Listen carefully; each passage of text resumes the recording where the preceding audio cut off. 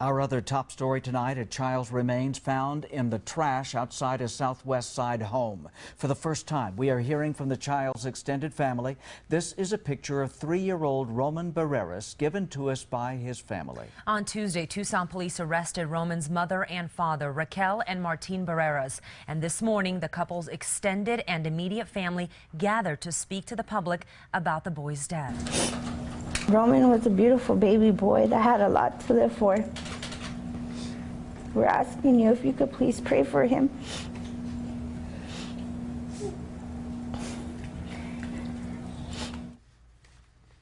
We have team coverage tonight on this investigation, beginning with 9 on Your Side's Ricky Mitchell, who has obtained new reports detailing what officers learned when they first arrived on scene. And Ricky joins us live outside the current home of Raquel and Martin Barreras.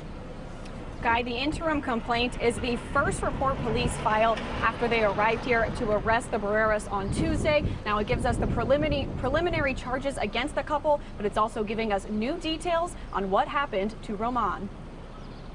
According to the interim complaint filed against Raquel Barreras by a Tucson police officer, when officers arrived at the home, the children told police their mother starved child until death and put child in toy chest in backyard. The report says Raquel Barreras denied any involvement. The officer continued by writing that the 19-year-old daughter stated Raquel responsible, although did not state how, but knew child was in backyard. A similar account was written in the interim complaint filed against Martin Barreras. The officer wrote that Martin admitted to confronting Raquel about her actions, but did nothing further to stop her from starving child.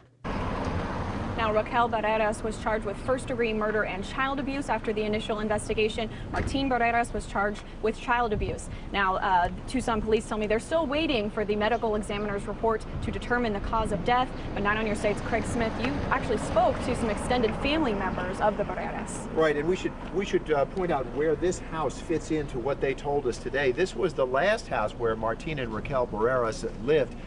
The house where police actually came to arrest them. The boy's body was actually found some distance from here. Now, the family members say that couple would change addresses anytime they thought someone was about to figure out where they lived. Some of them said they pushed that couple for details on how that child was doing, details to make sure he was okay. But family members say many of them never even saw that child. At first, Roman Barreras' uncles and aunts did not know the sad story of a boy's bones would touch them. I think it's very shocking when you hear something like that on the news. And you pray to God that this child is not someone you know, and especially a family member. Now they know the boy was Roman Barrera, a 3-year-old many of them never even saw because, they say, Roman's parents kept him hidden. Nobody can tell you where they live from one day to the next. And that's not because we didn't try to. We all asked. It's the where's Martin, where's Raquel with the babies? Nobody knew. Family members say Martin and Raquel Barreras were not always so secretive, but they began to withdraw when financial troubles hit about 6 years ago. Family members say they contacted Child Protective Services, but got nowhere. Now they say they want justice for Roman's parents and peace for the boy most of them never knew. We know that Roman is now in heaven, as he was a baby and is now an angel. Now, family members say the last time they saw Roman was sometime in 2012. They were not more specific than that, but that still leaves at least a year and a few months since they last saw that little boy. Reporting live, Craig Smith, KGUN-9 on Your Side.